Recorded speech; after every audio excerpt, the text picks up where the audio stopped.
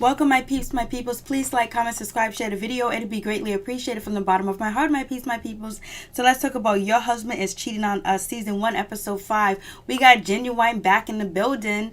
And we also find out that Genuine and Tandy, like each other. And they are still dating outside of the show. So they still have a relationship even though the show is over. We learned that Genuine has, 9 kids with 5 different baby mamas. And Tandy has 1 child. And she ain't trying to bring anybody around her 1 child, and she had almost like a one night stand. She had some gin and some juice and some Tanqueray, and she ended up getting knocked up because the lines were blurred. And Genuine is looking to have another kid. He wants to make an even number. He wants 10. I was like, whoa. And it seems like the cast members, instead of focusing on Deatra, they need to have been focusing on, Jermaine, because Jermaine seems like he's out of it, that he don't want to be in the play, that he's not even practicing, he's sleeping. He's just like, he don't want to be involved because maybe if his childhood, all the male figures in his life were no good. His father kicked him out because he was gay. And, his father only wants money from him. And he only talks to his father. He said his father's like the Joe Jackson. As soon as his father found out that he can sing and act and stuff, he would just use him for money. And every male figure been terrible in his life, and so him playing this player and this cheater is doing something to him, and he feels like JD Lawrence needs to, talk to him, pull him to the side and tell him about this character, Marvin. But if anything, wouldn't he want to talk to Leah and talk to Deatra about Marvin? Because Marvin is Tony. Marvin is their baby daddy and Leah's ex-husband. So if you really want to get some information about what's going on with Marvin, talk to the 2 women that the whole play is about. They even talked about Deatra having her hit song coming back. In last episode, she was talking about her hit song. So what is really going on? It's probably too much pressure. And two, Jermaine said that Genuine got 5 lines now and he got a whole Bible. So he's not really feeling all this, but he's saying that he can act and he can perform when there is a crowd and when he's on stage. And there goes the raccoon I was telling you guys about last episode. I would be so scared. The raccoon is cute, it's adorable, but I am scared of raccoons. I am scared of wild animals, straight up and down. I couldn't live in that house with that rat. I would be scared every time I come out the house, but I guess it likes the balcony. And so, it seems like they should have been focusing on Jermaine. And was Jermaine diverting the attention towards Deatra so he didn't have to focus on his lines and doing his work too as well? Because he seems like he stepped out of it. And then also, Tandy going out on a date with Genuine. You see that restaurant? I want to go to a restaurant like that where you cook your own food right in front of you. That seems so cute. I would like to do that. So let's get into the episode. So, Jermaine, he's on the phone talking to his father about Deatra, like she's the devil, and God can't help her, and you can't be friends with the devil. You can't roll in the sack with the devil. The devil ain't no good because you still going to hell afterwards. So he's making this big old deal after Deatra about her when he should be focusing on his line or even trying to work on his lines. And it's just like his attention, he's like throwing everything to be her fault. The reason why he can't do this, the reason why he don't want to be a part of the play is because of Deatra. And what did Deatra do that was so wrong? Like, she pulled Kristen to a side and tried to comfort her, but she did it in the wrong way when the daughters first came after her. What else did she do that was just so bad? That she is annoying, she's loud, but that's just her personality. Tandy, Kristen, and Jermaine is acting like Deatra stole from them and talk to them crazy. Like, you guys let me know, what did Deatra do so wrong to have these people really hate her? Even before Deatra took Christian's food out the refrigerator. There was a note on the refrigerator. It was 2 weeks ago to clean out the refrigerator. So Deatra Hicks, cleaned out the refrigerator, but she should have checked to make sure she was throwing out bad food and spoiled food, because when I clean up my refrigerator, I check and see what's good and bad. I know it's good and bad, but I check. I don't just throw everything away. Especially if you live in a house with different people, she should check as well. But she should have also gave, Christian her $30, but Christian called her a B word, and and the in her confessionals or whatever, no, in front of Jermaine and Leah. I was just like, whoa. But if Deatra was gonna put out that spread of food and wine and stuff, she should have just gave Christian her $30 and been done with it. So we got Deatra, she's trying to go over, she wants to go over lines with the guys in the house or whatever. So nobody wants to go over lines with her. They don't want to talk to her. They go into the rehearsal. They're ignoring Deatra. She was like, oh, since JD, you guys know what time JD's coming? They're not saying a word. They ain't saying a damn thing to her. She's like, you want to rehearse? You want to practice? No. They don't want to be bothered with her. They're giving her the silent treatment. They ain't trying to talk to her. That is kind of kiddish.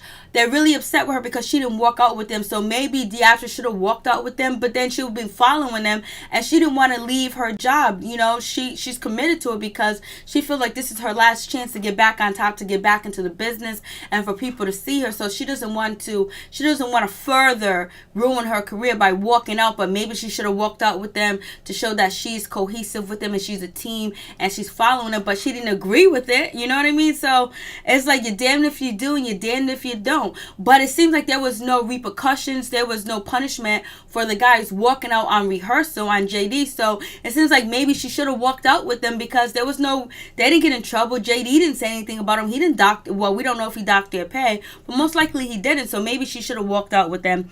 So now they're rehearsing, and so now then we have Genuine. He walks in the room looking all good and shit. Tandi's all happy. Everybody's like, Genuine's back. Genuine's back. And so now we have the scene with Jermaine, and we have the scene with Deatra, and they're supposed to kiss, and he's like not feeling it. He's not feeling anything with Deatra at all. He said later on in the episode, you might have had Genuine, but you ain't getting me. I'm strictly dick. I was like, oh my goodness. So, like, he kisses her, but it took him a long time to kiss her. He was really perturbed about kissing her. Everybody in the audience is laughing, and JD wants to know why they laughing. They're laughing because Jermaine is kissing Deatra, which the person that he despises and he can't stand, and they're probably saying because she's older, and they're just making fun of her, just because, they can. And so, I was just like, wow. Like, he really did not want to kiss her. And then G walks in. He's looking all good. He's like having a good time or whatever. And he's happy. He kisses Tandi or whatever. So it's all good. And it seems like he's happy to be back, especially with only 5 lines. So he's really happy to be back. And so we have Deatra. She sits down and she talks to Leah. She wants to make amends with Leah to make sure that they're still on the same page for their children's sake, because she's her daughter Diamond's stepmother. And then also Deatra did point out that I let Leah spend time with my daughter. I gave her an opportunity to spend time with my daughter. So it kind of gives light to Leah saying that Deatra kept Diamond away from her. So it kind of, but it might not be. She could have just been saying that in joking form while they were sitting there. While she was in her confessionals. But they end up making up, and Deatra apologizes and she wants to be friends. She wants everything. She doesn't care about what's going on in the house, but she wants to know if they can still be friends. And so Leah was like, you know what, I'm going to be an ally to her. I'm not just going to shit on her like everybody else, because nobody else want to be bothered with her. So she's going to do it. They laugh, they joke, and it seems like they can get along really well. And I appreciate Leah for not being a follower, and also talking to Deatra and not putting her down and not going along with the crowd. But I was wondering if I was hoping that Leah would say something about Deatra not walking out with the guys, because Leah actually feels like she shouldn't have walked out and they shouldn't have walked out because it wasn't professional. So I wonder, it would have been nice if Leah would have relayed that message to the rest of the cast that she did agree with Deatra, but so they make up, they hug and everything. Deatra wigs fall. Deatra, where do you get your wigs from? Miss Hicks, what are you doing with your wigs? What's going on?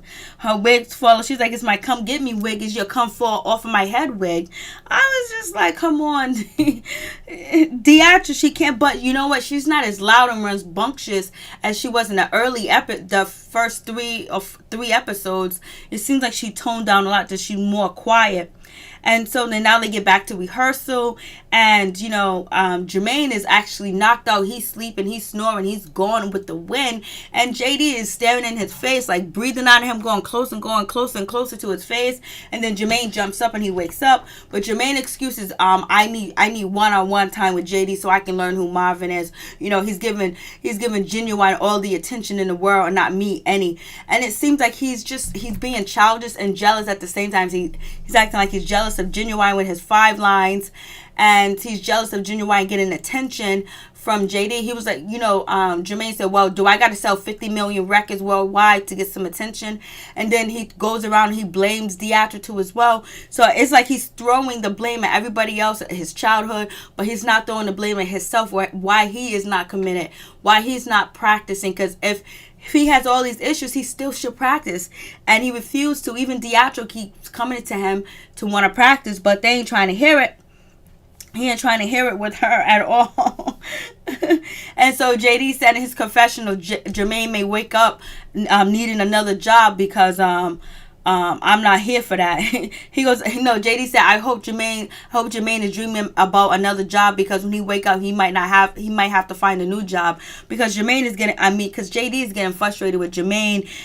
So it seems like JD should sit down and talk with Jermaine privately, but JD's tired of they're acting like kids in some shapes and forms. So Jermaine, he wakes up and Leah, she really wants everything to work out. She's happy that G's there. She ended up kissing G. Tandy was like, and then JD was telling Tandy, hey, listen, they're kissing a 6 seconds too long. And then Tandy says up and they broke up and they kissed. But that kiss between Leah and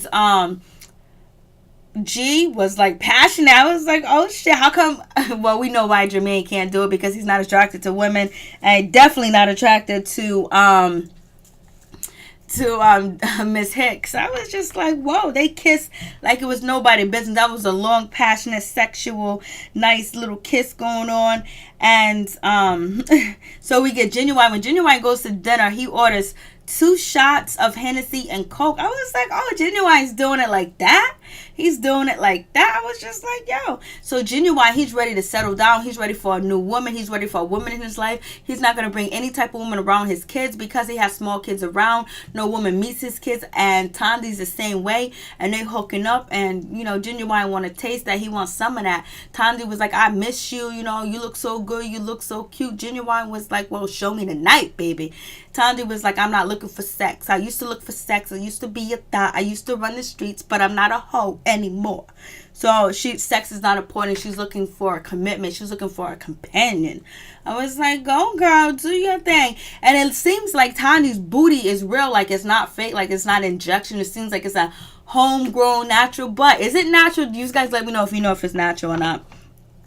So moving on from that, we got Kristen. She's at the table with, Jermaine, and she's at the table with Lee, and she's upset about her $30. Her food has been thrown in the trash. She tries to confront, Miss Hicks. Miss Hicks ain't hearing it. She's like, I ain't got $30. I'm trying to get a come up. I'm trying to get a restart. I'm trying to get a jump. So I'm trying to get back on track. So and Jermaine, he's looking like this, and Leah is laughing. I'm like, yo, they just sitting there laughing because they know Christian wasn't gonna get the win. They know Theatra was gonna be funny. It's like Jermaine likes Theatra, but he doesn't like her, because he was holding her hand when they was at the house, and she was trying to touch him or whatever, when they were sitting on the couch and whatever. She was trying to be friendly with him, and he didn't move his hand and stuff like that, because you really despise somebody, you really hate somebody, you don't do that. So whenever Theatra had the spread with the food, at least Kristen came. I think she took something, or maybe she didn't. Jermaine took a glass of wine at the end, and Leah was eating and drinking, and Tandy refused to come downstairs because I don't know why she hates Theatra that much, just because she didn't walk out with her. When Theatra came in the house from rehearsal last episode, Tandy and Christian went at her. Theatra was only defending herself, so it is what it is with that situation. So, Leah and Theatra, they're laughing, they're giggling, they're drunk, they're messed up, they're having a good time, they're enjoying each other, and it's nice to see. It's nice to see the 2 older women in the house get along and get it together, trying to also, if they don't know, they're also making an example. Like, we had all this drama, this play is about us, but we can get along at the end of the day, you guys too. So it goes on like that. And so then Leah, she talks about, her, hanging out with Jermaine, but she also talks about Deatra. She's not down with Deatra. She's not trying to hang with her. She's not trying to be nothing with her. Jermaine comes in and not Jermaine, but JD comes in and he wants them to rehearse and practice, and it's not going good for Jermaine and Miss Hicks because Jermaine doesn't know his lines. He doesn't want to really be having his flesh on Deatra's flesh. He's really uncomfortable. He's not feeling it. And also Leah says that it's really hard. It's not hard for Genuine to play the role because he's into women, but it's really hard for Jermaine to do this because, he plays for the other team. She was like, he just does. I don't mean it in a bad way, but it is what it is. And Jermaine said it himself. He's having a hard time. So, JD was like, well, you need to get it together. Jermaine, you guys need to practice, and then Hicks was like, yes, let's practice. Then they have a little meeting. So it's Tandy, it's Leah, and it's Christian, and they are in the bedroom, and they call Jermaine down to come and have a conversation. Jermaine was like, what is this, an intervention? Well, I'm a crackhead. And he was like, I'm not in the mood for this. And so they're trying to talk to him to find out where's his head at. And he's not really into it. Like, he's not feeling like his passion is gone. But if he needs to perform on stage in front of a crowd, he will be able to because he is an actor. But how you going to perform when you don't know your lines at all? But maybe he has been studying his lines. He's just so perturbed because one moment he was playing this character, now he's playing this other character. He feels like I think Jermaine feels like since he's the lead of the show, JD should pay him more attention and talk to him and work with him more. But Jermaine has to do it on his own too as well because he's not a child. Peace. I'm out. One love to my peeps and my peoples.